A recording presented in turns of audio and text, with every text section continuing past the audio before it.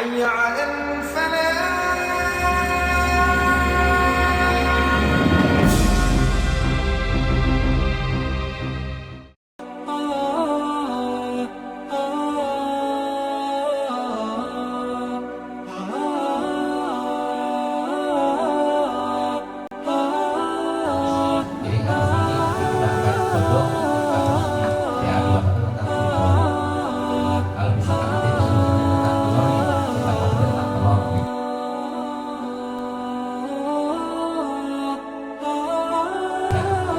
Insya Allah tema-temanya akan kita siapkan sampai dengan nanti Pilpres 2019 di Dewan Penasehat dan akan didiskusikan dengan tokoh-tokoh bangsa.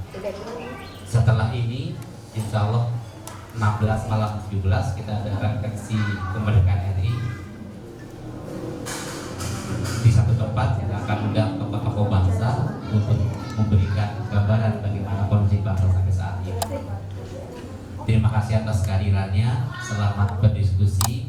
Mudah-mudahan informasi dan ilmu yang kita dapatkan hari ini menjadi ilmu yang manfaat untuk diri kita, bangsa kita, dan agama kita.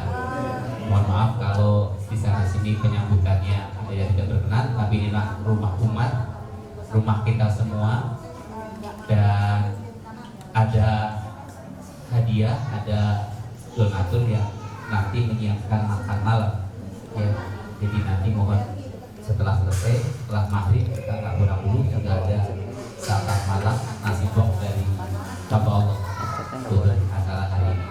Terima kasih dan nanti sepenuhnya kita serahkan ke moderator kita Dr. Isdana untuk memandu acara ini. Terima kasih. Assalamualaikum warahmatullahi wabarakatuh. Semangat dulu. Allahu Akbar. Allahu Akbar. Artinya apa itu? Artinya presiden kecil, menteri kecil, gubernur kecil, diri kita kecil, yang besar Allah. Itu tauhid yang sederhana ya.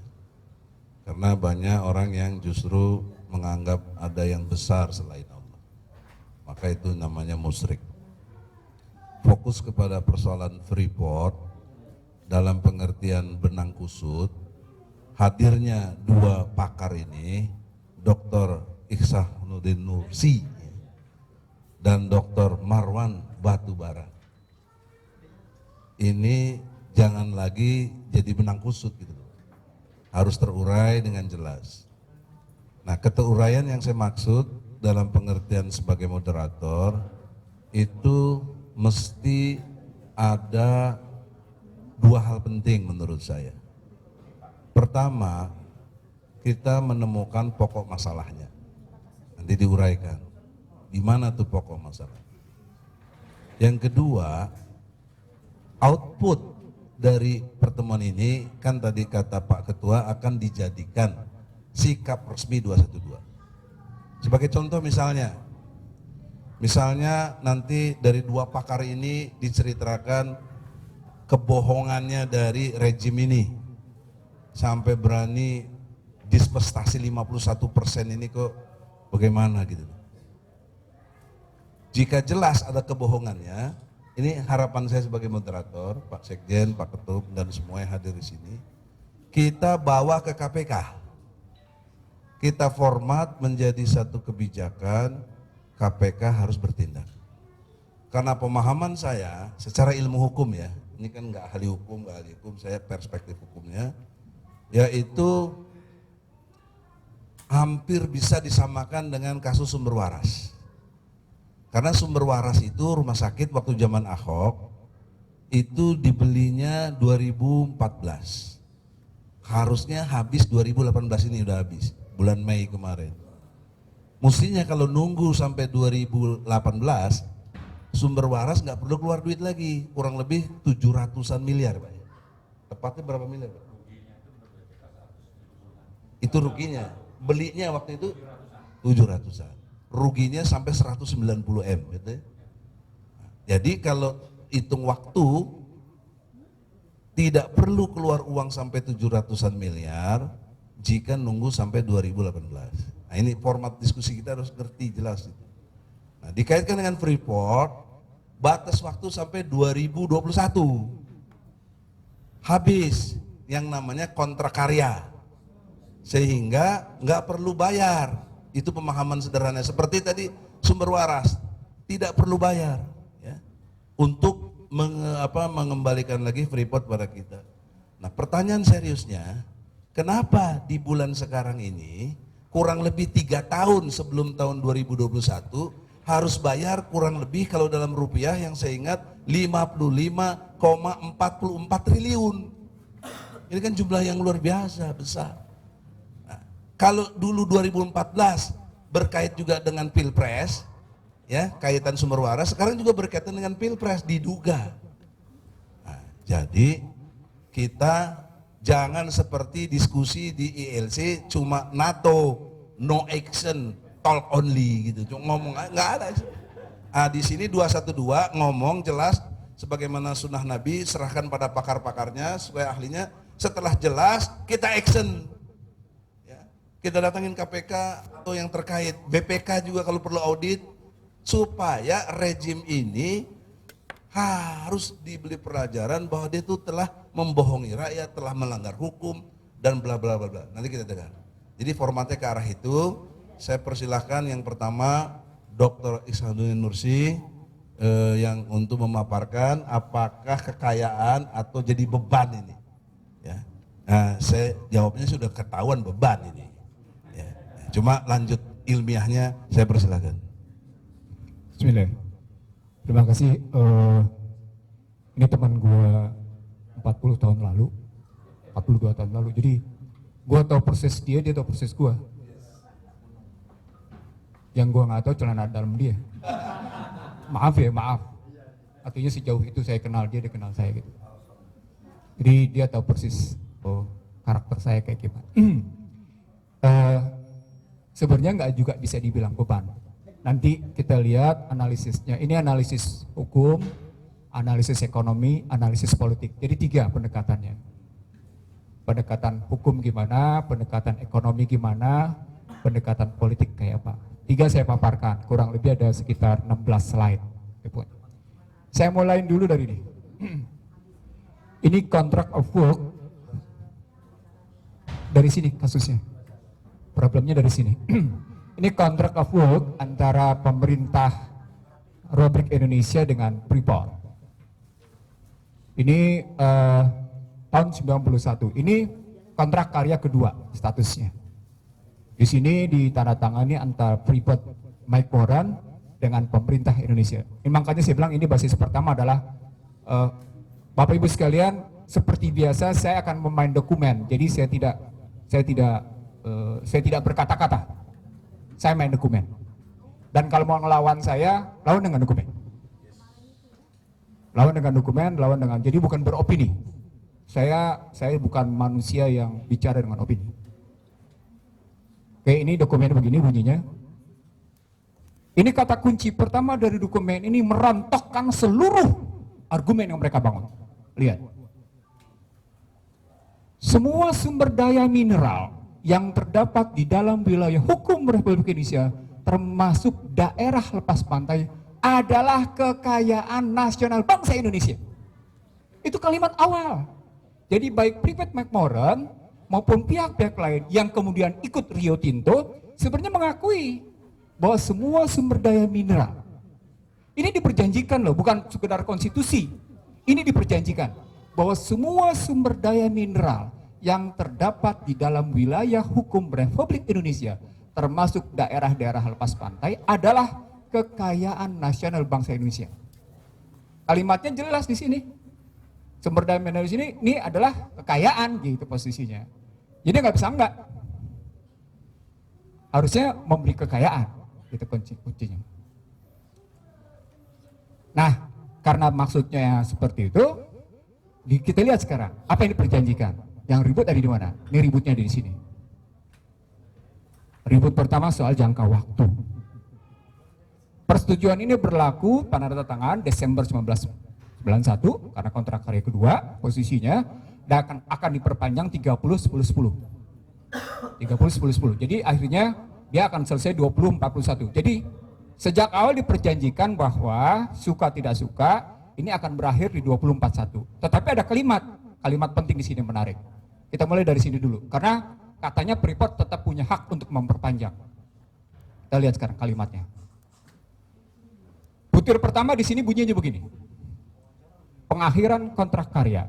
Karena mereka kan beralasan begini, kalau kontrak karya berakhir, maka kita mesti beli 6 sampai dengan 8 miliar. Mereka ngomong gitu. Kalau kontrak berakhir, maka untuk mendapatkan Freeport, kita mesti dapetin, keluarin uang 6 sampai dengan 8 miliar. Kenapa? Karena kita akan bicara harga pasar katanya. Nah, nanti kita bikin sekarang. Bagaimana perjanjian bunyinya? Selama jangka waktu persetujuan ini, setelah mempergunakan setiap kesungguhan yang wajar di dalam usahanya untuk melaksanakan kegiatan-kegiatannya, berdasarkan persetujuan ini, apabila menurut pendapat perusahaan bahwa pengusaha ini tidak dapat dikerjakan, perusahaan akan berkonsultasi dengan departemen untuk kemudian menyampaikan pemberitaan tertulis mengakhiri persetujuan ini. Artinya dikasih tahu 6 bulan sebelumnya. Itu hak perusahaan. Kalau dia tidak melanjutin. Tapi yang menarik di sini di ayat 2-nya itu sih biasa-biasa aja posisinya.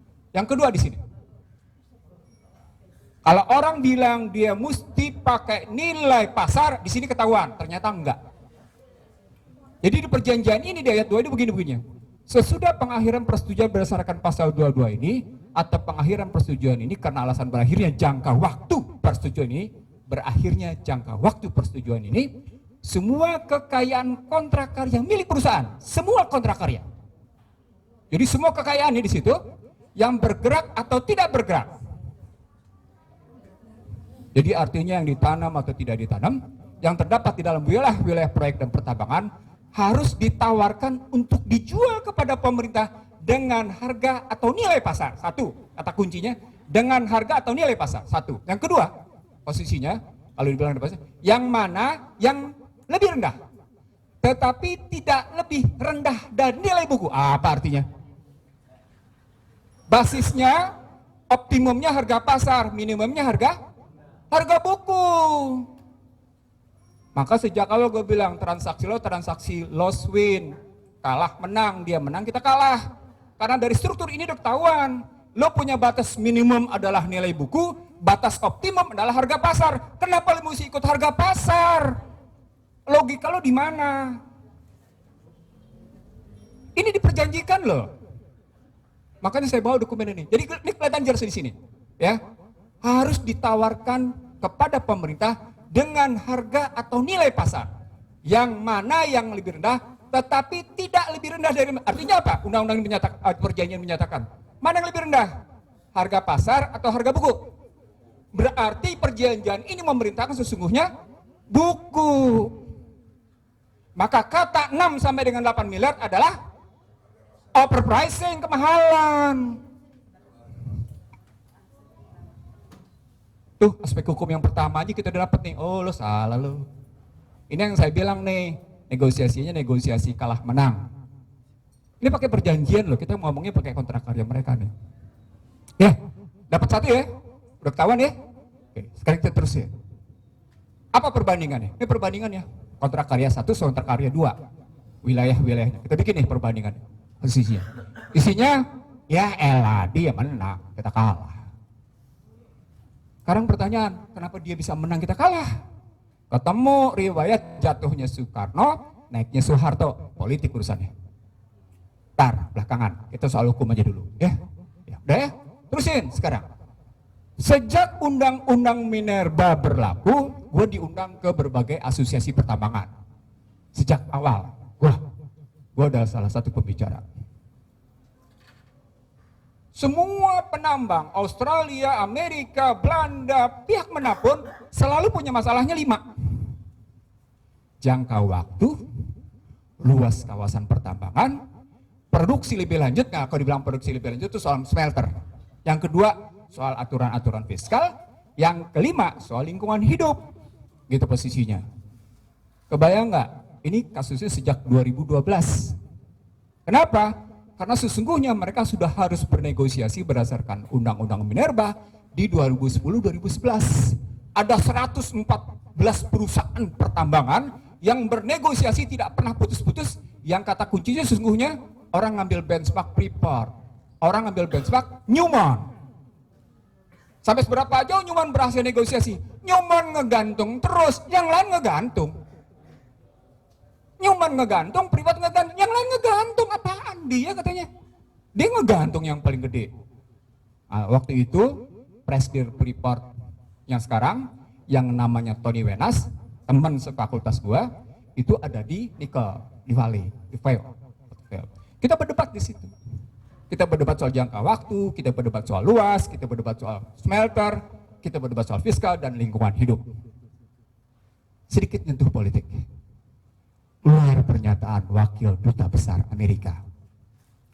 Dia bilang begini, kalau kontrak yang sedang berjalan diganggu berdasarkan posisi undang-undang baru, maka itu sebenarnya permainan tidak fair, kata si Wakil Duta Besar Amerika.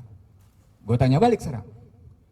Kalau pakai 1320, 1338 KUH per, apa yang mesti dipegang? Apakah perjanjian itu atau undang-undang di atasnya atau azas umum atau nilai-nilai yang berlaku? Diam orang, sama seperti sekarang.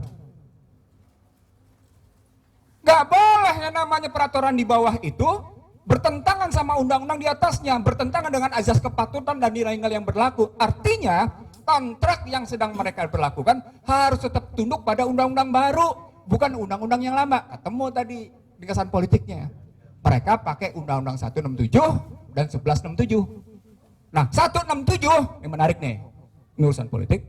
167 itu perintahnya State Department, perintahnya Amerika, yang diakui sebagai produk bergengsinya bangsa Indonesia. Saat itu, datang 25 Desember 1966, diterbitkan menjadi Undang-Undang 10 Januari 1967. Lahirlah Undang-Undang nomor 1 tahun 67 yang disebut dengan penanaman modal asing atas hasil karya orang Indonesia dalam tanda petik.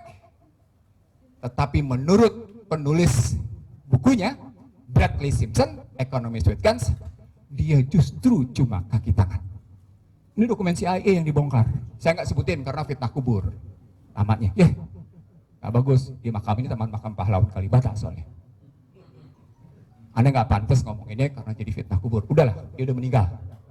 Tapi nanti punya dampak politik di 2507 yang akan datang. Itu posisinya. Kita terusin. Itu aspek hukum ya. Sekarang kita ambil aspek ekonomi. Ini dia nih.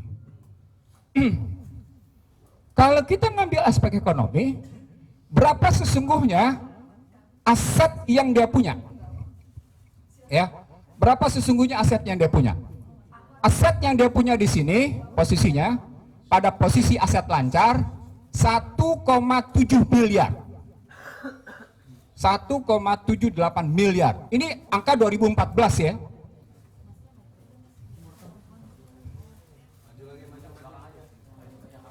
Di situ jumlahnya dalam hubungan dengan aset itu seluruhnya jadi 7,38. Total aset 9 miliar menurunnya nilai buku. Nilai bukunya disebut property, plant and equipment depreciation. Nah, ketemu angkanya. Bahwa ada angka-angka yang menurun di belakang itu, gitu ngelihatnya. Jadi nggak mungkin dibilang nilai buku karena mereka sendiri ngakuin. Bapak Ibu sekalian, dia sendiri ngakuin ada angka yang angkanya disebut pada periode itu yang sudah terjadi amortisasinya sebagai posisi dong. Kan sudah dibayar terus akumulasi posisinya. Kan nilai buku.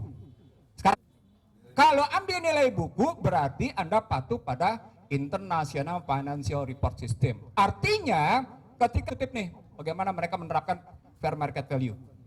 Artinya ketika mereka mau menerapkan fair market value harga pasar. Dengan kata lain, harga yang mereka terapkan gak fair. Gak wajar posisinya. Kita terusin. Begitu juga ketika kita lihat sekarang, nih di 2014, tadi angka asetnya tadi, kelihatan. Yang menarik adalah soal bagaimana angka-angka itu menunjukkan bahwa, tadi ini kita gedein, yang kedua ini soal bagaimana ada angka lain yang menarik di sini. Angka lain ditangguhkan, ada gedein tuh, itu kelihatan di situ. Deferred tax besarnya 1 miliar 479 juta. Miliar US dollar. Jadi pajak yang ditangguhkan yang belum dibayar itu 1,479 US dollar. Kalau kita ambil di 2017 angkanya lebih gede karena ditangguhkan kok. Ini deferred tax income tax kok posisinya. Masih ada hitung-hitungan panjang di sini. Nah, ini pakai angka mereka nih posisinya begitu. Nah, kelihatan nih gambarin begitu. Nah, dari sini keluar nih. Dia kutip pendapatnya si Richard Atkinson. Omongannya mereka bahwa Indonesia akan kantongin 867 triliun dari kepemilikan saham. Yang kedua, pendapatnya Budi Sadikin pakai 4 model perhitungan. Budi Sadikin pakai price earning ratio. Karena total keuntungannya Freeport adalah 2 miliar dan yang diambil adalah 51%, maka didapat adalah 1,1 miliar. Nah, dari trade value-nya 4 kali. 4 kali itu lebih murah karena biasanya fair market value 12 kali. Yang disebut dengan murah adalah karena mestinya kalau fair market value 12 kali, ini cuma 4 kali. Pertanyaan Anda sekarang, market value-nya siapa? Yang kedua, kalau lanjut, bagaimana cara ngitungnya lebih lanjutnya? Loh, kan harus ada hitung-hitungan sesungguhnya berapa produk. Kan ini Freeport itu tidak hanya menghasilkan emas, Freeport juga menghasilkan tembaga, kan perak. Sampai di sini Anda pernah mempersoalkan yang tidak pernah bisa dijawab oleh pemerintah. Pernahkah kita ngebongkar pemberitahuan ekspor barang Freeport? Kalau nggak ada benar. Artinya sesungguhnya ada mineral ikutan yang layak diperhitungkan, itu logikanya. Mereka tetap hitung, kita barang nggak pernah jelas. Ini sesungguhnya harga 4 kali dengan hitungan tadi keuangan tadi menjadi tidak layak. Itu aspek hukum ke ekonomi begitu posisinya. Nah, kita ambil lebih lanjut sekarang. Satu, jadi ada hitung-hitungan tidak fair pada konstruksi hukum dan ekonomi. Posisinya lebih lanjutnya begini lagi, lihat. Freeport merugikan 185 triliun. Dan itu diakui oleh Luhut Binsar Panjaitan berdasarkan audit. Jadi kalau kemudian kita mau ngambil sesungguhnya dalam posisi gitu, sesungguhnya tinggal paksa aja Freeport bayar 185 triliun. Nggak perlu sama sekali, bahkan Freeport yang harus bayar. Bapak Ibu sekalian, saya mau bilang kasus terakhir yang terjadi di Amerika. Exxon itu kapal tankernya pecah. Dar, pecah. Obama marah. Ini bukan di bawah Trump. Obama marah. Obama marah, dia sue. Dia masukin ke pengadilan. Apa akibatnya? Exxon harus bayar karena kerugian pemerintah. Sampai akhirnya diukur tentang lingkungan yang itu termasuk ikan-ikan yang rusak posisinya. Maka dibayarlah oleh Exxon 1,2 miliar US dollar. Jadi sesungguhnya soal apakah kemudian pemerintah mau apa enggak posisinya. Nah, kita belum pernah bernegosiasi 185 triliun, lalu kita bilang, udahlah kita negosiasi saham aja. Artinya berapa kali kita rugi? Kita tidak pernah mempersoalkan perjanjian yang sesungguhnya sudah tidak fair, tapi kemudian hasil audit BPK juga tidak perhitungan. Sampai pada taraf ini menunjukkan bahwa sesungguhnya hubungan antar kelembagaan kasusnya seperti tadi Egy bilang, BPK nggak dihargain sama KPK dalam soal Ahok. Dalam kasus ini BPK tidak dihargain sama pemerintah. Kalau sampai akhirnya pemerintah tidak menghargai BPK, yang tidak dihargai lagi siapa sesungguhnya? Rakyat. Dari aspek ini. Nah, kenapa sampai saya kutip kayak gini ceritanya? Karena di belakang ini ada pernyataan dari BPK. Badan Pemeriksa Keuangan. Ini Anda ngambilnya semuanya CNN supaya orang Indonesia kan kalau sama bule manut-manut, ya kan? Gue sih terpaksa mengambil kayak gitu posisinya. Jadi terpaksa gue ngambil dari CNN, ngambil dari CNBC. Sebenarnya nggak kepingin gitu posisinya. Badan Pemeriksa Keuangan menemukan adanya 4 pelanggaran yang dilakukan oleh Freeport Indonesia di bidang lingkungan yang berpotensi merugikan negara secara finansial. Hal ini ditemukan dalam hasil pemeriksaan tujuan tertentu, garis bawahi, pemeriksaan tujuan tertentu. Apa artinya bahasa audit? Audit investigasi. Ane ulang nih, pemeriksaan tujuan tertentu. Apa artinya? Ini audit investigasi atas penerapan kontrak karya Freeport pada tahun 2013 hingga 2015. Posisinya. Tadi ada yang bilang ya, salah satu depannya kasus lingkungan hidup ya, dibuktikan sama BPK. BPK menemukan ini. Yang pertama, Freeport dituding menggunakan kawasan hutan lindung dalam kegiatan operasionalnya dengan luasan mencapai 4.535,9 hektar. Menurut BPK, hal ini bertentangan dengan Undang-Undang Kehutanan Nomor 41 Tahun 99 dan Undang-Undang Nomor 19 Tahun 2004. Apa artinya? Apa artinya? Posisi tawar pemerintah Republik Indonesia di atas angin. Dia melanggar undang-undang dan dia melanggar lingkungan. Dua lo dapet tuh aspek hukum. Iya pasti kalau soal artinya udah kelihatan. Dalam bahasa yang lain, posisi tawar lo nih gede banget gitu loh. Hebat banget nih posisi tawar lo nih. Tapi lo nggak pakai gitu loh. Lo nggak pakai. Ini ada masalah berarti nih. Ada masalah nih. Di mana masalahnya? Ntar kita lihat. Kita terusin. Ini dia masalahnya. Freeport McMoran. PT Freeport Indonesia will convert its contract of work to a special license IUPK, which will provide PT FI with long-term operating rights through. Artinya dia sudah yakin bahwa kontrak dia pasti diperpanjang. Dalam bahasa yang lain, dia punya hak mendapatkan itu. Tapi kenapa kemudian kita tidak mempersoalkan kewajiban dia? Karena bukan kita lemah, kita nggak mau bargain. Udahlah kita jadi cecunguknya aja gitu. Kalau sekedar lemah aja nggak mungkin ini EG beda, cecunguk sama lemah tuh beda banget gitu. Gue bilangnya cecunguk gitu loh. Itu kelihatan, udah jelas. Oh lo minta hak lo ya, oke. Lo minta hak lo sampai dengan 24/1, gue kasih. Tetapi lo kasih dong kewajiban lo sama gue. Apa kewajibannya? Gitu mikirnya. Nah tadi soal bagaimana kewajiban lingkungan, bagaimana hitung-hitungan pada nilai buku sedikit di atas. Yang pertama. Yang kedua, the government will provide certainty of fiscal and legal term during. Nah ini panjang urusannya. Berapa royaltinya, berapa yang mesti pajaknya mesti dibayar. Yang menurut Sri Mulyani menguntungkan dan ini negosiasi panjang. Yang menarik, yang aneh benerin. Freeport McMoran will agree to divest its ownership in PT Freeport Indonesia at fair market value. So that Indonesia interest on 51% of PT Freeport Indonesia shares. Kalimat berikut. Ini yang membuat saya berkesimpulan 51% pun Indonesia menjadi sleeping partner. The timing and process of divestment is being discussed with the government. The divestment will be structured so that Freeport McMoran, kalimat pentingnya, will retain control over operation and governance of. Dia pegang kendali operasional, dia pegang kendali kepengelolaan, dia nggak kasih ke lo. Loh ini pernyataan mereka. Ini pernyataan di New York Stock Exchange. Lihat tuh atasnya tuh.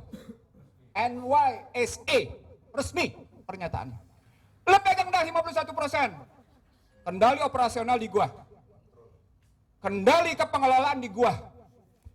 Lo makan situ, udah overpricing, lo makan tuh kerjaan lo kayak gitu. Jadi ini kelihatan gitu ya, ada yang sakit. Kalau Anda bilangnya, ada yang sakit dalam negosiasi ini. Sakit nih orang-orang ini negosiasi ini. Gitu. Anda bisa bilang sakit karena waktu era Abdurrahman Wahid, Anda minimal 3 negosiasi. Tanjung Jati B, Python, Tanjung Jati A. Anda pinjam Jepang.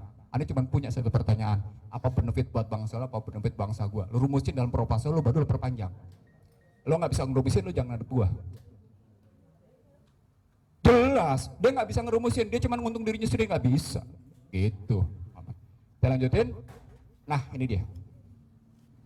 Masuk ke wilayah politik. Tadi ekonomi udah begitu ya, diuntung. Sekarang kita masuk ke wilayah politik. Pada era Kennedy, Forbes Wilson ini udah masuk ke Kuba buat ngambil perak. Tapi sama Fidel Castro ditendang. Karena Fidel Castro nggak suka sama kapitalisme Amerika. Pusing si Woodrow Wilson dikasih tahu sama si Belanda. Lo nggak usah pusing. Lo pergi aja tuh di sana tuh di Papua, di Timika, itu ada gunung emas. Dia dapat iceberg, itulah kontrak karya pertama. Dia dapat iceberg. Nah di tahun 91 dia lihat Gettysburg, kalau maaf nih, kalau di peta yang aneh punya, hanya dengan jarak sekitar 30 km, dia bar secara horizontal, dia dapat gunung yang kedua. Jadi bukan sekedar ada blok A dan blok B, dia punya lagi blok yang lain posisinya. JFK kebunuh, tinggal Lyndon Johnson. Lyndon Johnson bilang, lo boleh ikut gua, tetapi dengan syarat begini. Salah satu syaratnya adalah seperti yang nomor 4 itu tuh. Bos Wilson mau berinvestasi dengan catatan tidak ada bagi hasil kecuali royalti. Dalam perspektif ini siapa paling nikmat? Dia. Yang kedua, iklim investasinya tunduk pada ketentuan gua. Yang ketiga, kalau ada masalah apa-apa pergi ke arbitrase internasional.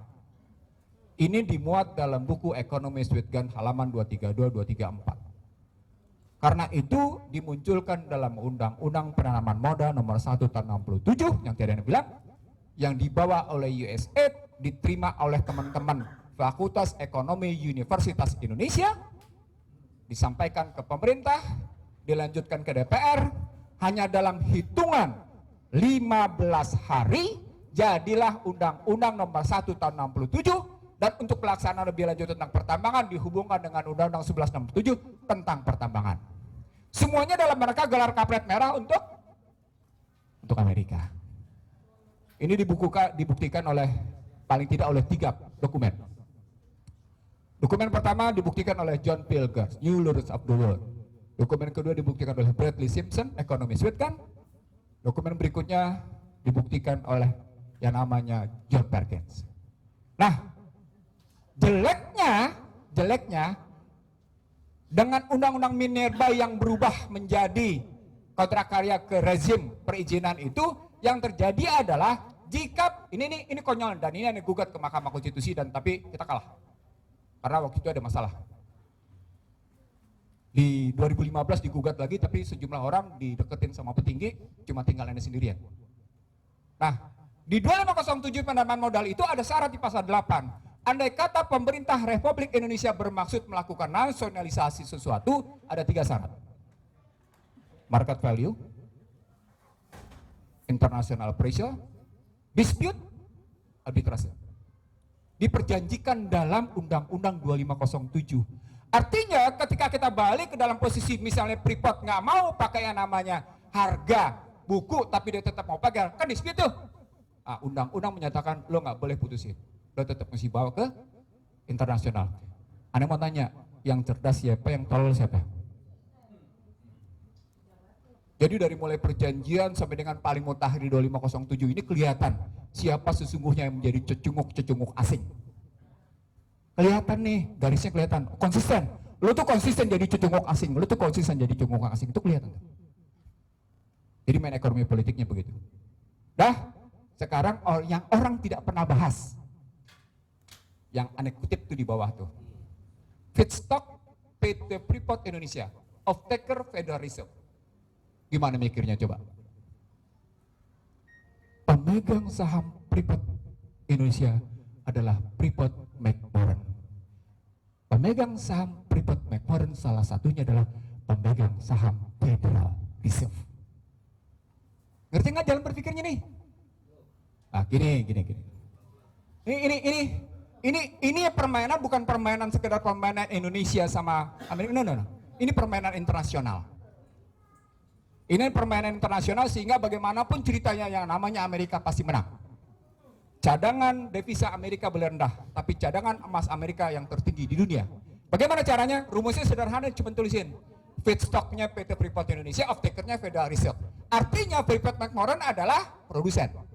Ngerti maksudnya? Jadi produsen nih, ini ada pemasoknya. Pemasoknya adalah Freeport Indonesia. Apa ini pemasok? Emas. Emas dia pasok. Sekarang Freeport McMoran lepasnya kemana salah satunya? Ke Federal Reserve. Federal Reserve jualnya surat berharga, jualnya greenback dolar. Kipas-kipas gue. Yang bodoh siapa tuh? Bodoh banget loh. Lo bodoh banget. Jadi mikirnya begitu tuh. Gampang kok. Namanya Carl Icahn. Jadi situasinya kayak gitu-gitu loh ngelihatnya, posisinya. Nah, itu ngelihatnya. Lalu bagaimana sekarang jalan keluarnya kita lihat? Nah, ini. Anda pakai ini, pakai pasal 33, udah pada tahu semuanya. Yang paling menarik tuh ini. Sesungguhnya dengan model begini bukan berarti kita kalah, tapi dengan catatan. Yang rumus gaya baratnya mesti dihapus. Nih hapusnya tuh. Tuh.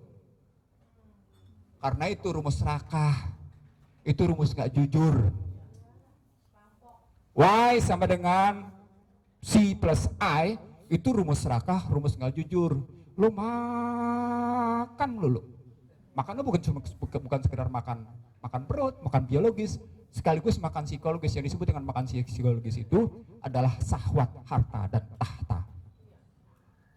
Makanya terus diubah. Nah, Anda ngubahnya ke seperti itu. Pada pendekatan bisa dilihat ada 4 pendekatannya. Ada pendekatan pasar, pendekatan industri, pendekatan sumber daya, pendekatan pengetahuan. Rujuknya begitu. Tetapi ini semua nggak ada artinya. Dari pendekatan hukum kita udah salah. Bagaimana kita bisa didikte sampai bunyinya kayak gitu di kontrak karya? Oke ya, itu udah salah. Kalau mau sih terapin harga pasar, kenapa nggak tetap tunduk aja pada nilai buku? Misalnya ketika jatuh tempo, itu udah salah, situ ya? Udah salah tuh posisinya. Yang kedua, kenapa lo kasih hak orang memperpanjang? Jaminan bahwa lo tetap harus memberikan, karena kalau kita tidak tuliskan itu di situ, kita nggak akan digugat. Makanya mereka bilang, mereka punya hak loh memperpanjang sampai dengan 2021 karena diperjanjikan. Tapi kalimat itu tidak selesai. Karena pada saat kita jatuh tempo, kita bilang kita nggak mau perpanjang, muncul apa kewajiban lo ketika diperpanjang, apa hak kita ketika tidak diperpanjang. Simpulan pertama. Simpulan pertama berarti sesungguhnya kita bisa melakukan optimum negotiation. Negosiasi optimum. Dan negosiasi optimum itu adalah sesungguhnya menggunakan kontrak itu sendiri, di mana sesungguhnya ada celah untuk mendayagunakan nilai antara book value dengan corporate value, dengan nilai buku dan nilai pasar. Nah, bagaimana sesungguhnya di situ muncul hak lo, kan lo udah munculin kewajiban untuk memperpanjang, berarti gua punya hak dong. Muncul pakai tatanan internasional sendiri. Apa itu? Gua berada dalam posisi book value plus minus LIBOR. Itulah hitungan angka gua. Hitungan angka gue seperti hitungan sedekat dengan hitungannya Inalum. Sesungguhnya harganya cuma sekitar bergerak antara 2,2 sampai dengan 2,8. Lebih nggak kurang. Posisinya wajar-wajar aja deh. Tetapi itu pun masih gue hitung lagi di posisi infrastruktur apa yang dia punya posisinya. Nah logikanya itu satu kesimpulannya. Simpulan kedua posisinya, kalau orang Indonesia hanya bicara tentang share, pertanyaan besarnya begini, kenapa publik Indonesia tidak pernah memasalahkan perjanjian Freeport McMoran dengan Rio Tinto? Kenapa itu saya pertanyakan? Rio Tinto itu participating interest atau share? Kalau participating interest itu artinya pada jumlah tertentu tetap punya Freeport McMoran, pada jumlah di atas baru punya Rio Tinto. Pertanyaannya, Budi Sadikin tidak pernah bisa menjelaskan batas tertentu yang disebut dengan batas metal strip itu berapa sesungguhnya? Kok nggak pernah terbuka? Kenapa lo nggak ngomong metal stripnya itu berapa jumlahnya?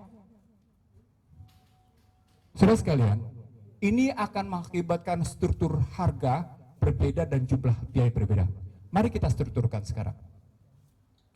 Dengan asumsi pertama bahwa Rio Tinto adalah pemegang saham. Kalau Rio Tinto pemegang saham, maka strukturnya menjadi Rio Tinto 40, pemerintah Republik Indonesia 9,36, ya dong, ya enggak? Pemerintah karena sudah punya 9,36, oke? Ulang, Rio Tinto 40, pemerintah Indonesia 9,36, maka pemilikan Freeport McMoran adalah 50,64. Sekarang kalau begitu, untuk mendapatkan 51 dapat dari mana? Dapat dari Rio Tinto atau dapat dari Freeport McMoran untuk pegang Freeport Indonesia?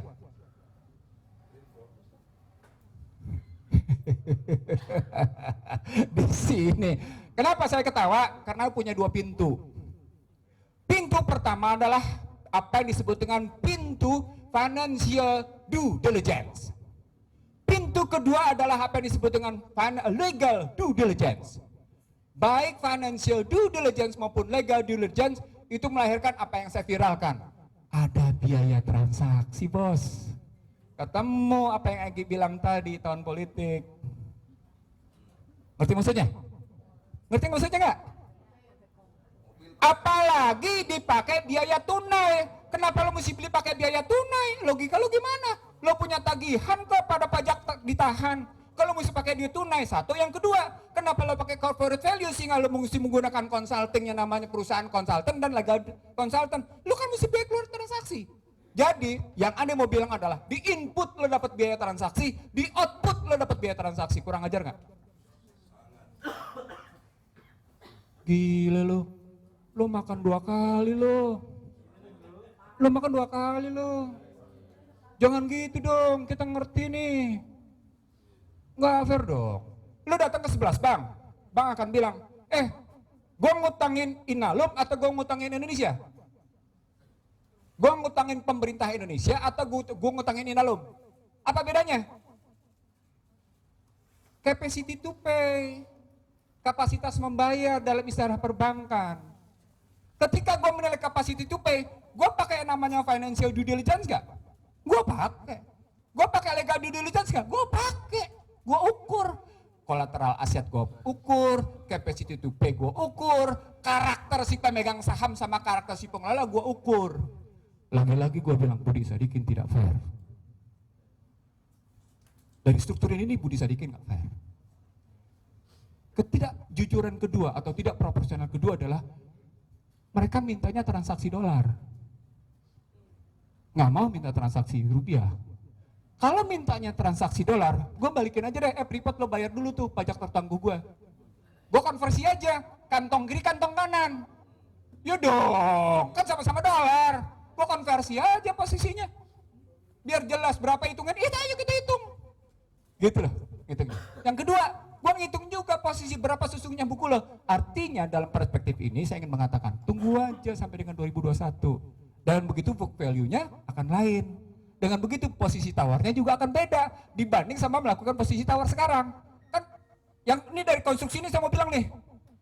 Kalau gitu sesungguhnya yang dijual oleh Freeport McMoran itu 20 sampai dengan 2021 atau dijual sama dengan 2041. Kenapa sampai bisa dijual kayak gitu? Karena pemerintah Republik Indonesia sendiri yang tidak punya posisi tawar untuk menyatakan bahwa tidak boleh melanjutkan 2041. Andai kata memang lo punya posisi tawar, yang gue bilang optimum negotiation, negosiasi optimum tadi, maka hanya bisa terjadi pada 2021, tidak bisa sekarang.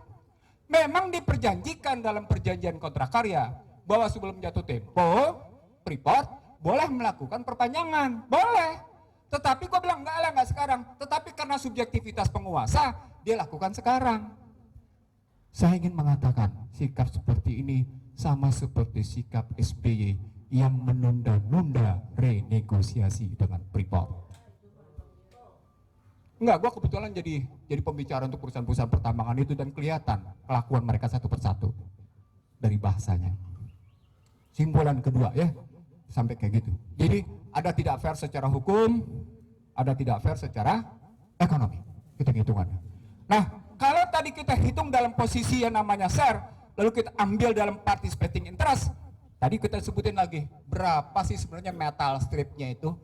Sampai dengan sekarang tidak satu pun pers di Indonesia yang punya berapa angka metal strip. Artinya pada perspektif itu saya mau bilang, kalau gitu perlu dong dibongkar perjanjian Freeport McMoran sama Rio Tinto. Tanya balik, siapa yang punya? Nggak ada yang punya. Dalam bahasa yang lain, Indonesia berhadapan dengan dua dedengkot dunia. Amerika, Australia, yang kemudian basisnya di LXX, London Stock Exchange. Siapa berarti yang kita hadapin? Yahudi. Nathaniel Rothschild. Rockefellers-nya udah lewat. Udah meninggal dia posisinya. Ini dari siklus ini yang buat kayak gini. Yang kedua ya. Yang ketiga, dari aspek politik sesungguhnya ini memberikan penciuman yang tidak beres.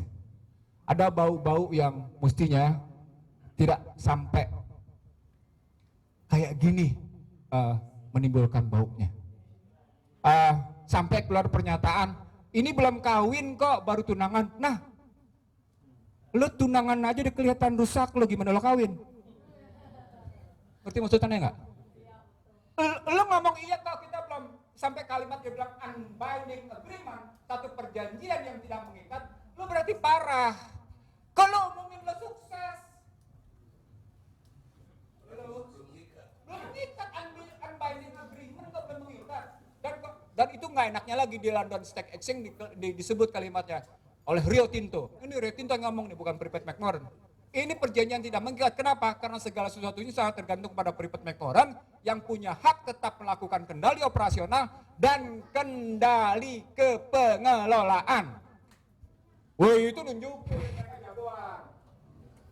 Itu nunjukin mereka jagoan. Artinya sesungguhnya dalam konstruksi politik ini simpulan aneh di sini.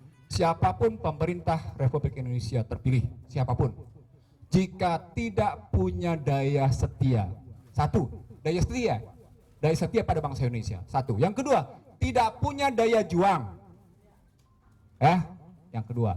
Yang ketiga, tidak punya komitmen untuk menunjukkan harkat martabat bangsa, kasusnya akan terjadi seperti November 2010-2011. Ini penutup. Bapak Ibu sekalian, November 2010-2011 terjadi pertemuan East Asia Summit di Bali. East Asia Summit di Bali itu dibuktikan oleh Marty Natalegawa bahwa ada yang namanya pasukan marinir yang mengganggu kawasan. Waktu itu kasus Laut Cina Selatan sudah mulai meningkat. Marty Natalegawa dimarahi oleh yang namanya Obama di depan SBY. Tidak ada satupun media yang memuatnya di Indonesia. Jakarta Post pun memuatnya kemudian. Gua ngomong, itu bukti bahwa sesungguhnya ada problem besar pada kawasan geografi dari Selat Makassar sampai dengan Papua dan Timika. Kenapa? Karena sedang ribut Laut Cina Selatan. Oke? 2.500 pasukan marinir itu bukan ada di Darwin berikutnya ada di Papua, karena langsung harus mengamati perubahan cepat di Laut Cina Selatan. Maka sesungguhnya kasus pertambangan di Indonesia, dia bukan cuma sekedar bentuk investasi, dia sekaligus juga merupakan bentuk invasi. Halo, perhatikan baik-baik ini kalimatnya.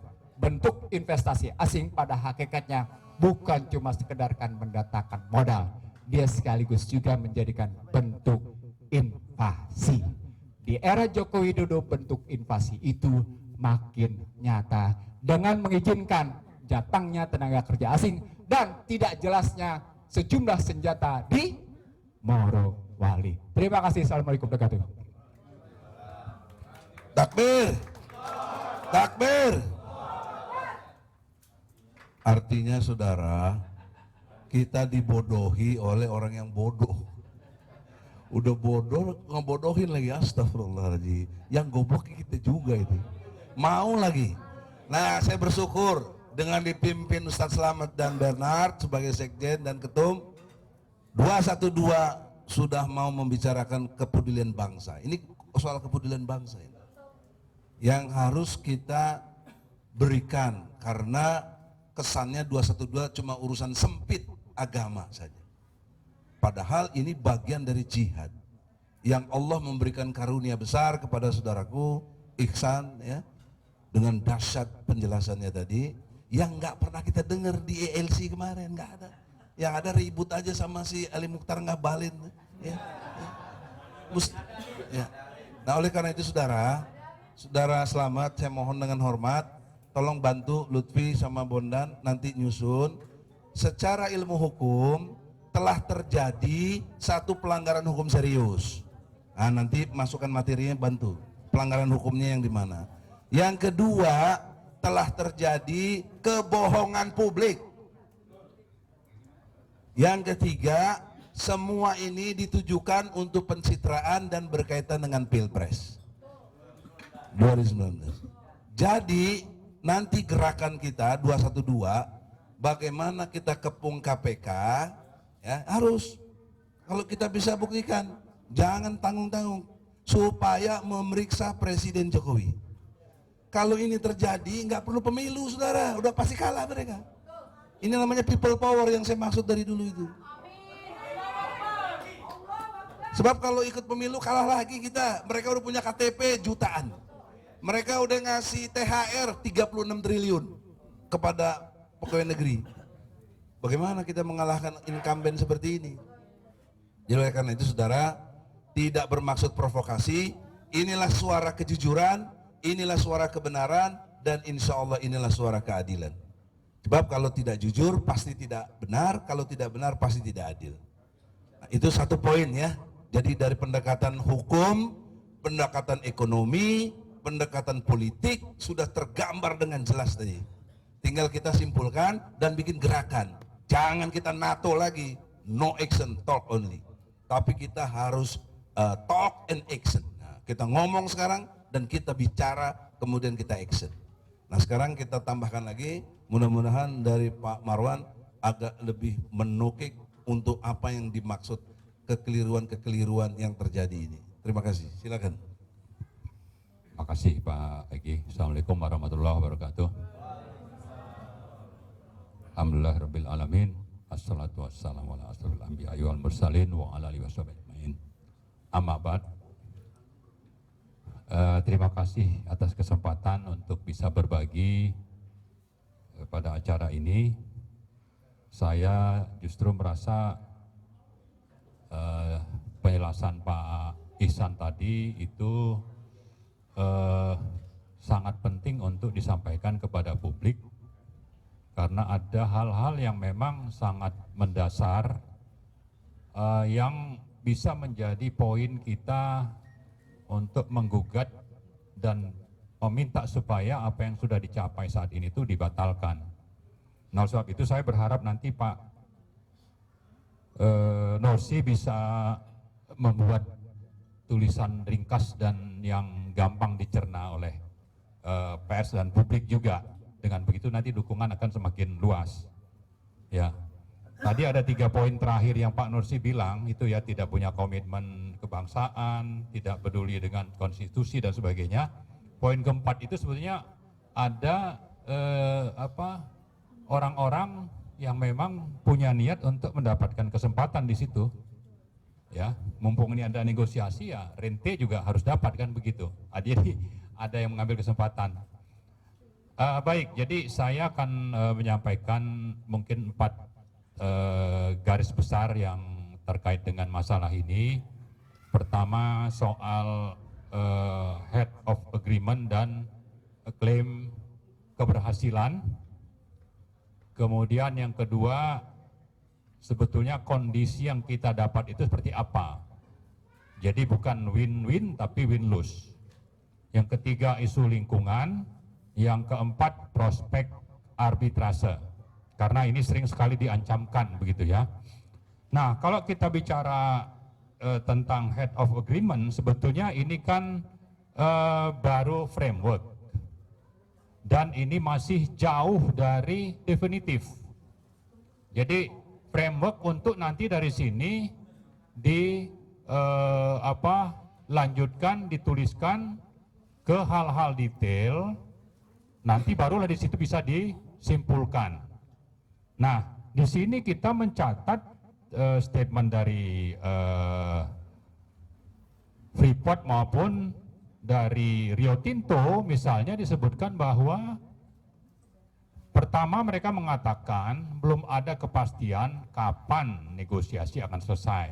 Ini catatan kita, ini mereka sendiri yang ngomong ya.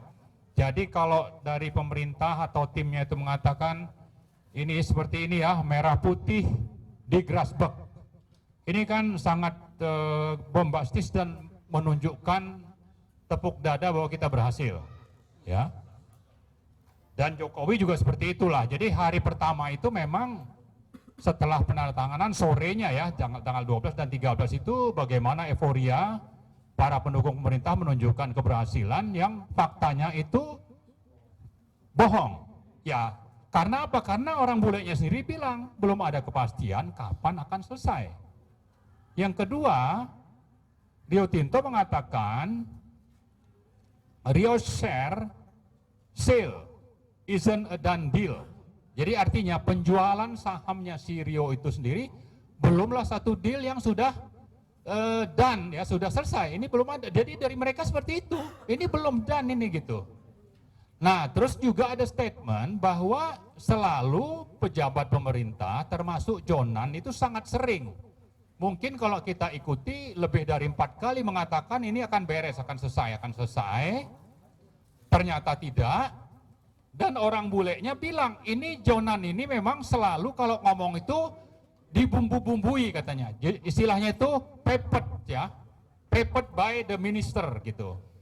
Jadi dibumbu-bumbui seolah-olah sudah berhasil. Ada statement seperti itu yang juga disampaikan oleh Rio Tinto. Jadi artinya tadi klaim keberhasilan itu bukan suatu hal yang patut kita percayai dan untuk kita kasih apresiasi.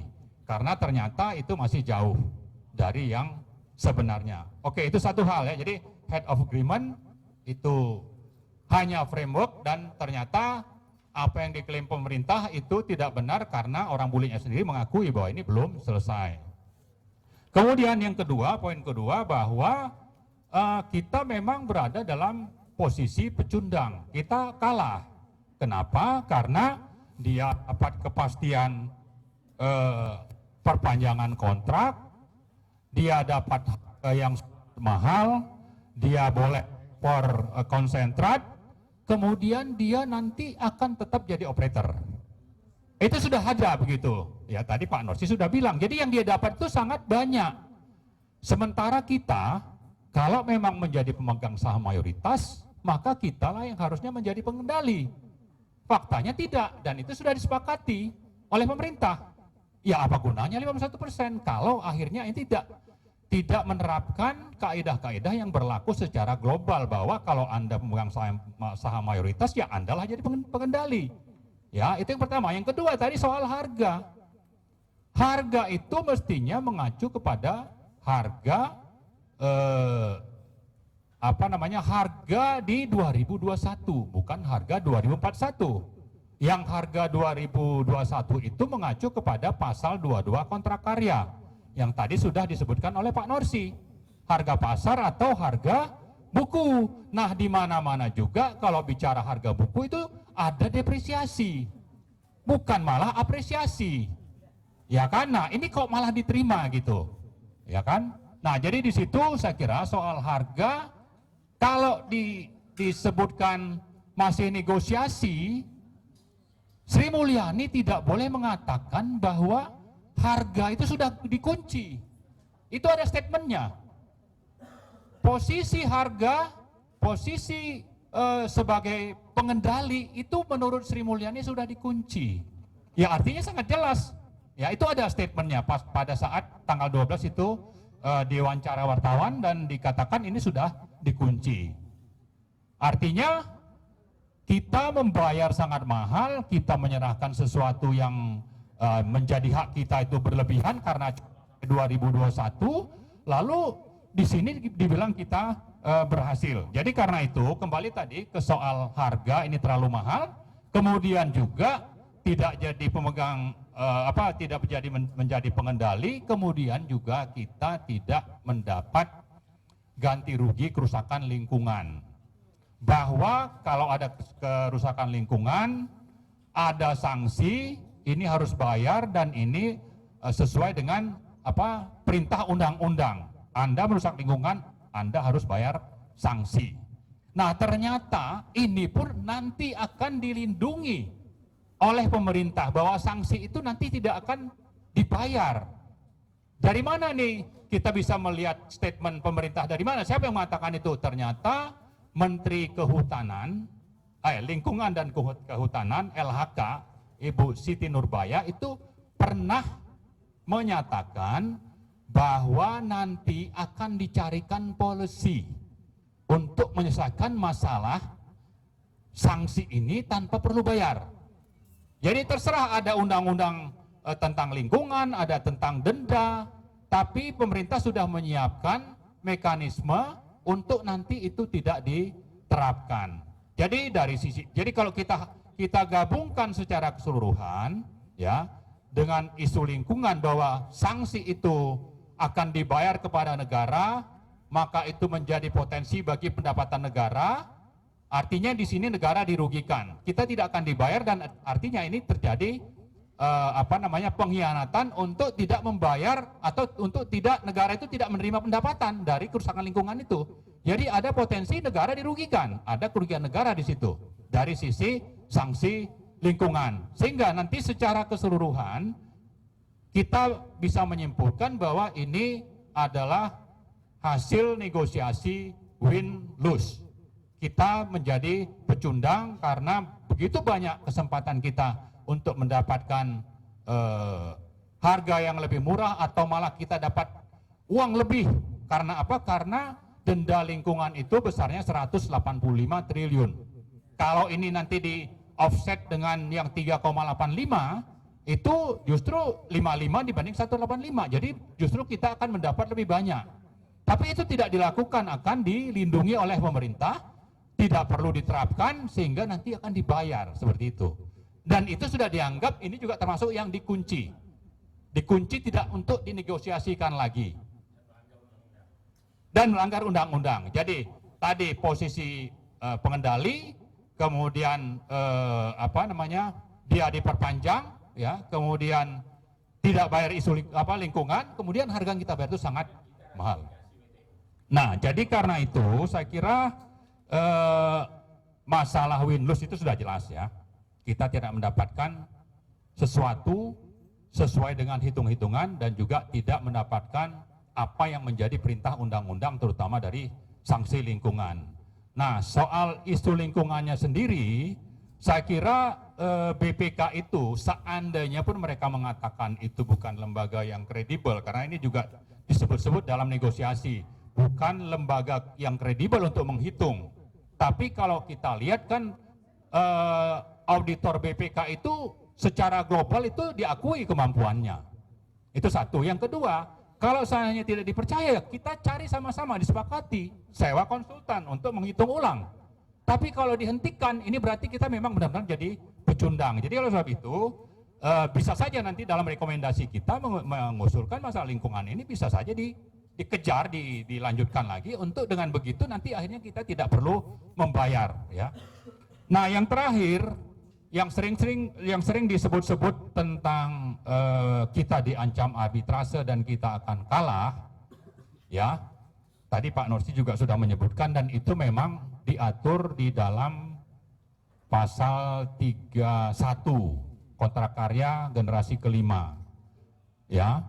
Jadi kalau disebutkan oleh orang-orang pemerintah atau pendukungnya bahwa Freeport itu punya hak untuk memperoleh perpanjangan, itu salah. Karena menurut pasal 31 itu yang mereka miliki adalah hak untuk mengajukan perpanjangan. Itu. Jadi hak untuk mengajukan perpanjangan.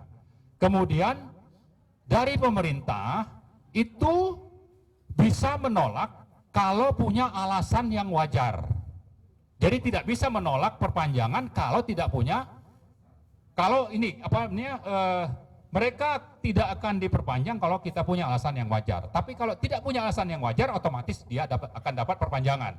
Itu di pasal 31. Nah, alasan yang wajar saya kira itu akan berlebihan kita punya. Ya. Pertama, kita punya undang-undang atau konstitusi, kedua ada perubahan undang-undang, ya. terutama undang-undang minerba yang bisa kita gunakan. Yang ketiga, aspirasi masyarakat yang begitu luas untuk ini dikuasai oleh negara. Nah, contohnya sudah ada presiden bahwa dengan terjadinya perubahan konstitusi dan undang-undang di Venezuela, itu pemerintah Venezuela di tahun 2011-2012 itu memenangkan gugatan arbitrase oleh Exxon karena di tengah jalan Chavez waktu itu sebagai presiden itu merubah kontrak sehingga ini dianggap oleh Exxon merugikan bagi perusahaannya. Exxon itu menambang minyak di Venezuela. Memang Venezuela itu punya cadangan terbesar di dunia ya. Nomor satu setelah itu baru Saudi sekitar 300 miliar barrel cadangannya. Tapi sekarang memang karena diboikot termasuk terutama oleh Amerika, memang produksinya itu sangat jadi turun sehingga rakyat juga menderita karena pendapatan negara tidak ini. Tapi intinya tadi kembali ke masalah arbitrase, itu sudah ada contoh keberhasilan asalkan kita dalam hal negosiasi atau sidang-sidang di arbitrase itu punya alasan yang kuat dan bisa menunjukkan kepada hakim-hakimnya, sehingga saya sangat yakin kita akan menang. Ya, kecuali tadi 4 hal atau 3 hal yang disebut Pak Norsi itu memang tidak ada. Kita hanya jadi kacung. Kita tidak punya komitmen untuk bagaimana konstitusi bisa ditegakkan. Tapi kalau itu yang jadi pegangan, contoh sudah ada dan Venezuela itu memenangkan gugatan dan mereka merayakan kemenangan itu sebagai hadiah Natal di tahun 2011 akhir Desember itu. Ini hadiah bagi mereka, begitu lama dikuasai oleh Exxon, lalu digugat di arbitrase, mereka hadapi, mereka menang. Nah, kita berharap itu pemimpin model Chavez inilah yang memimpin Indonesia sehingga nanti kita usulkan ini dibatalkan, tapi setelah itu kita siap untuk berhadapan di arbitrase karena memang faktanya kita punya alasan kuat untuk tidak memperpanjang karena kalau disebutkan wajar itu jauh dari wajar karena ini aturan di negara saya sudah berubah, saya negara berdaulat, ini kehendak rakyat, undang-undang itu adalah kehendak rakyat, cerminan kehendak rakyat, maka Anda harus tunduk kepada apa yang diatur di negara ini. Ya, nah itulah saya kira 4 hal yang yang ingin saya sampaikan yang nanti harapannya nanti bisa kita buat rumusan yang lebih sederhana. Dengan begitu nanti kita bisa juga saya kira secara khusus bikin konferensi pers. Saya usul seperti itu. Ya, jadi bukan cuma Pak Slamet tapi juga pembina kita ajak. Misalnya Pak Amin atau siapa lagi? Ya, oke, ya. Jadi dengan begitu harapannya nanti pemerintah ini tidak besar kepala. Dan kita membaca kemarin kan Jonan itu sudah mulai melunak ya di media dimuat bahwa dikatakan HOA itu tidak mengikat. Tapi di akhir Juni dia mengatakan kita sudah berhasil, tinggal masalah kecil saja, sehingga ini akan segera selesai dan dengan begitu disambut oleh Jokowi, saya dilaporin bahwa ini berhasil ya, seperti itulah. Tapi ya makanya jadi, nah sebetulnya satu hal lagi yang perlu kita ingatkan bahwa apapun yang disepakati oleh pemerintah dalam hal ini, karena status kontrak karya itu sama dengan undang-undang, karena yang dulu tanda tangan itu adalah presiden ya, pemerintah, maka apa yang dicapai ini mestinya juga harus disampaikan kepada DPR atau DPR sendiri kita dorong untuk memanggil pemerintah untuk kalau memang dibatalkan ya perlu dibatalkan, batalkan saja begitu. Nah ini juga mungkin perlu menjadi rekomendasi kita supaya DPR itu terlibat dan memanggil pemerintah dan meminta bahwa ini banyak kebohongan, kita bayar terlalu mahal, kemudian sanksi lingkungan tidak dibayar, tidak dipedulikan, undang-undang yang ada di sini tidak kita dianggap tidak berdaulat dan sebagainya. Dengan begitu nanti harapan kita ini menjadi batal, terutama nanti supaya juga kita bisa mendorong DPR itu bisa mulai dengan mengancam-ngancam ini bisa di-impeach ini presiden gitu, seperti tadi Pak Agi sebutkan. Saya kira itu saja, makasih. Assalamualaikum warahmatullahi wabarakatuh. Terima kasih. Saudara Iksan, Saudara Marwan, dengan hormat sambil nanti dialog, pointers yang penting untuk dijadikan kesimpulan mohon dibuat catatan khusus. Nah, sekarang kita berdiskusi, tapi arahannya mesti jelas, ya, yaitu ada beberapa hal. Satu, misalnya kita dari penjelasan ini Anda memahami nggak bahwa ada kebohongan? Kalau ada, di sisi mana? Yang kedua, dari sisi hukum itu sendiri, bahwa saya mau nanya secara ini dulu ya, nilai pasar dengan nilai buku kan harusnya kalau dipakai nilai buku terjadi depresiasi. Yang terjadi justru ngambil nilai pasar. Nah, pertanyaannya, ada korupsi nggak di situ? Ya harus jangan cuma duga-duga, tapi pakai datanya bagaimana. Nah, kan antum pakar-pakarnya. Itu satu pertanyaan dari saya. Kira-kira begitu cara bertanyanya supaya kita ini fokus. Kemudian selanjutnya, dengan hormat himbauan kepada kita semua. Tadi ada himbauan untuk konferensi pers. Menurut hemat saya, ini sudah dataran eksekutif, dataran ketua umum dan sekjen mau melakukan kegiatannya.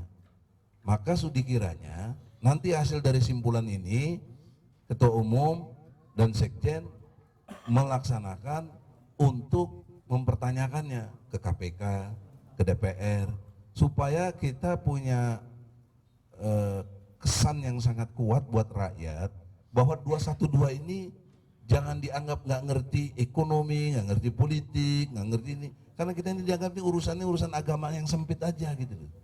Ya, jadi saya berharap 212 inilah pelopor pembuka kesadaran umat, ya. Apa? Iya, ini kesan supaya kita punya pemahaman yang luas bahwa soal Freeport kita ngerti, dan yang bohong ini pemerintah, dan yang membuat rakyat kita ini jadi miskin ini adalah presiden. Jadi presidenlah yang justru membuat rakyat Indonesia miskin, ya, bukan Allah. Karena kan kiai-kiai kita masih pada umumnya merasakan atau memberikan ajaran kalau miskin ya sudah sabar, ya, sabar, jangan ini banyak ya, kita berusaha, ya ini enggak, ada kayak yang lain begitu. Udah sabar. 5. Jadi 5 dulu ya. 1, 3, 4, 5. Assalamualaikum. Ini tanya ke Bang Ihsan sekali. Seperti pinter banget kan? Samaan dengan munculnya Riza Khalid. Bang Ihsan, bersamaan dengan munculnya Riza Khalid. Ini apa benang kusutnya, bukan benang merahnya? Makasih. Ya, lanjut.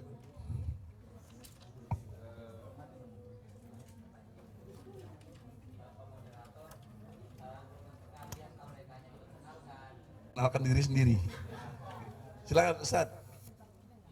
Saya Caleg nggak? Nono Panapi dari Ciamis, Camat. Silakan. Pertama adalah apa yang dibahas oleh Pak Dr. Ihsan, apa yang dimaksud dengan pembohongan dan pemutarbalikan fakta, sehingga masyarakat menjadi tergerak untuk melakukan cek and recheck terhadap apa yang dilakukan oleh penipuan, dan ujungnya adalah mereka membuat pencitraan untuk 2019, dan kita sudah sepakat 2019 ganti Rois.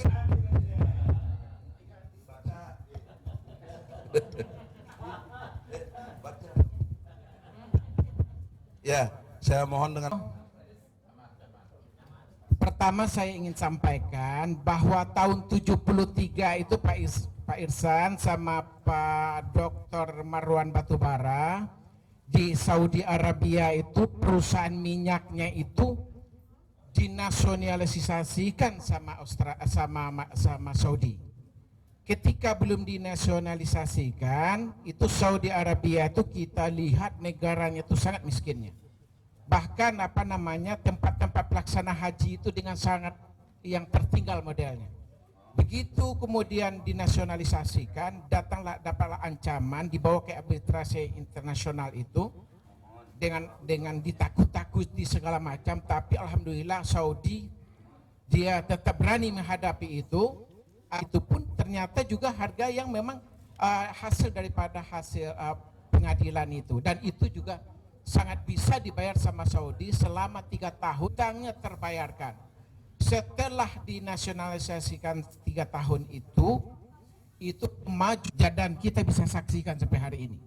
Yang ingin saya katakan terkait dengan Freeport ini apa? Kata tidak ada cerita perpanjangan, ya. Tanpa kontrak karya nasionalisasikan, tahun 2021 kita hentikan, tidak perpanjang, itu apa namanya Amerika menghancurkan dia. Jadi kalau menurut saya hari ini anak-anak bangsa kita sudah cerdas-cerdas semua. Saya untuk menuju DPR RI agar banyak orang Muslim di dalamnya nanti. Saya juga Bendahara Umum TPUA. Kita minta di sini pertama ya Pak, presentasi PowerPoint-nya mohon kami dikasih. Karena dari hasil pembicara tadi, khusus Bapak Ihsanuddin sangat kami sangat bangga dan salut dengan presentasi tadi. Di sini kami tersulut juga sebagai perempuan, emosi bagaimana supaya kami juga bisa ikut mencoba berjuang dengan kemampuan kami. Jangan hanya sekedar bicara seperti itu, kalau kami tidak bisa menyalurkan emosi kami bisa juga stroke ya Bu Ibu ya. Untuk itu tadi pre-vote, kalau kita maknakan pre-vote itu artinya free adalah gratis, vote adalah laporan. Berarti ini laporan yang gratis gitu, laporan yang sia-sia gitu. Maksudnya pelabuhan ya? Oh sorry, maaf. Ya pelabuhan yang digratiskan lah kalau begitu. Tadi narasumber menyampaikan ada di situ gambar pembicara dinyatakan oleh Pak Luhut, saya akan selesaikan kerugian yang bikin rugi 185 T. Kita akan selesaikan menurut Pak Luhut. Kita bertanya di sini, kapan beliau akan selesaikan? Kenapa kita tidak pertanyakan kepada beliau pertanyaan dan statement beliau? Bagaimana Pak? Jadi untuk itu tim ahli yang dikawal oleh 212 dalam hal ini, juga pembicara hari ini cukup mampu dalam hal itu. Berapa kita mendapatkan hasil seandainya ini benar-benar adil dalam masyarakat, bisa mendapatkan 35 miliar satu orang, sampai anak yang baru lahir pun bisa dapat 35 miliar per orang. Ini dari hasil yang Bapak paparkan tadi, jika kita kali-kalikan Pak. Jadi mungkin itu analisa yang kita coba, dan ini juga sudah banyak dari ahli-ahli lain menyampaikan hal-hal keuntungan yang kita dapat. Kok masih kita punya utang-utang terus begitu Pak?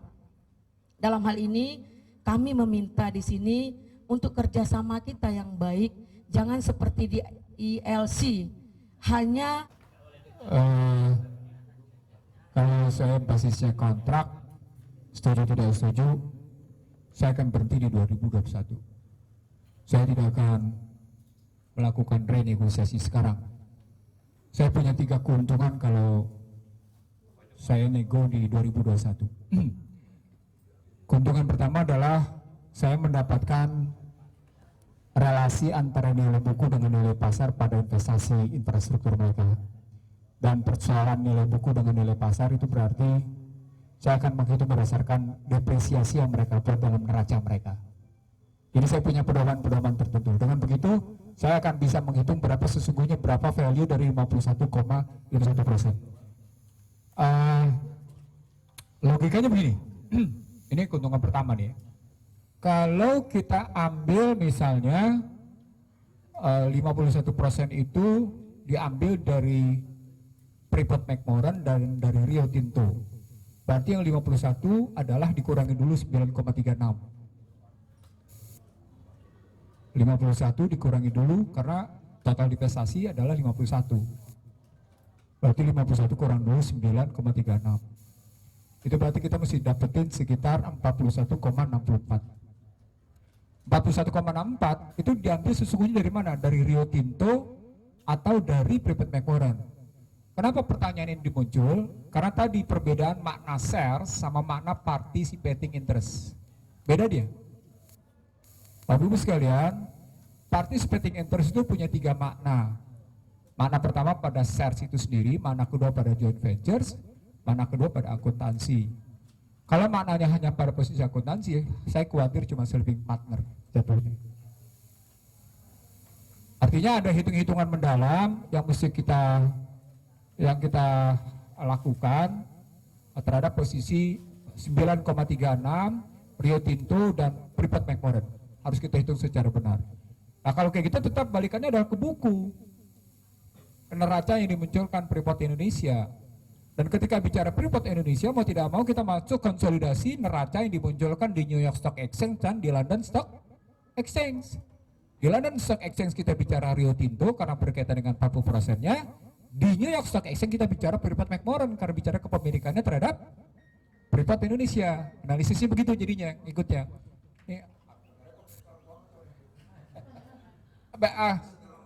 Iya.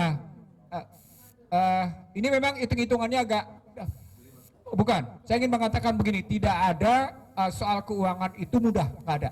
Karena memang mereka bikinnya macam-macam gitu, apalagi sampai derivasi segala macam. Saya ulang, poinnya adalah ketika kita menghitung pada 2021, maka berarti kita bisa menghitung posisi neraca Freeport Indonesianya. Nah pada neraca Freeport Indonesianya, berarti kita naik ke atas. Naik ke atasnya berarti 100 dikurangi dulu 9,36. 51 kurang dulu 9,36. 41,64. Nah 41,64 ini diambil dari mana?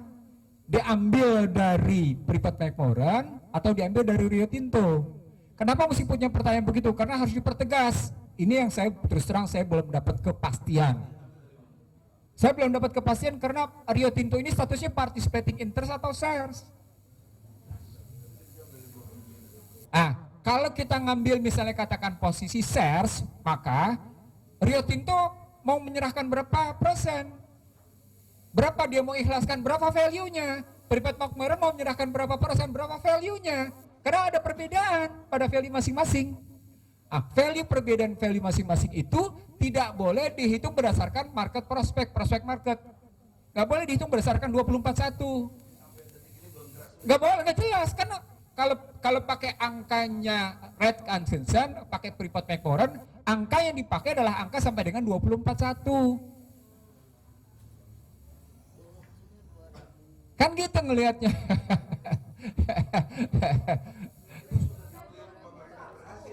Ya itu tadi, karena tadi Anda tidak tegas dalam posisi negosiasi pada batasan waktu. Batasan waktunya kayak gimana gitu posisinya. Saya ingin negur Marwan Batubara ya. Kalau orang Jepang di forum-forum kayak gini dia tidak boleh terima telepon. Saya mau negur Marwan Batubara. Orang Jepang kalau dia mau menghargai forum, jangankan di forum, di publik dia tidak berani terima telepon. Itu karena forum menghargai orang. Gak boleh. Gak boleh. Itu cara menghargai orang. Itu cara sesama muslim menghargai muslim. Jelas gak boleh. Gue gak bicara muslim deh, gue bicara budaya Jepang deh.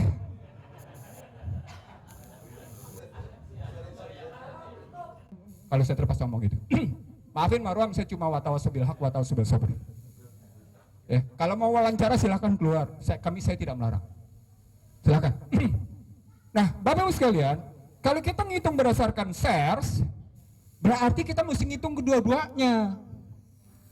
Hitung bagaimana Rio Tinto di London Stock Exchange, hitung bagaimana Freeport McMoran di New York Stock Exchange. Beda nggak? Bisa jadi beda. Bisa jadi beda. Saya ingin mengatakan kasusnya Nirwan Dermawan Bakri.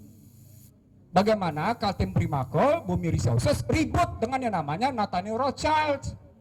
Sehingga Nirwan kalah 1,2 miliar dari segi uang, tapi dari segi hukum dia menang. Bapak Ibu sekalian, ini sesungguhnya soal siapa sesungguhnya yang menjadi petarung, siapa sesungguhnya yang bermaksud membela harkat martabatnya. Buat saya dalam kasus Nathaniel Rothschild melawan Nirwan Dermawan Bakri, Nirwan Dermawan Bakri telah menunjukkan dia bangsa Indonesia yang bisa menunjukkan harkat martabat. Karena itu dalam sejarah dunia baru ada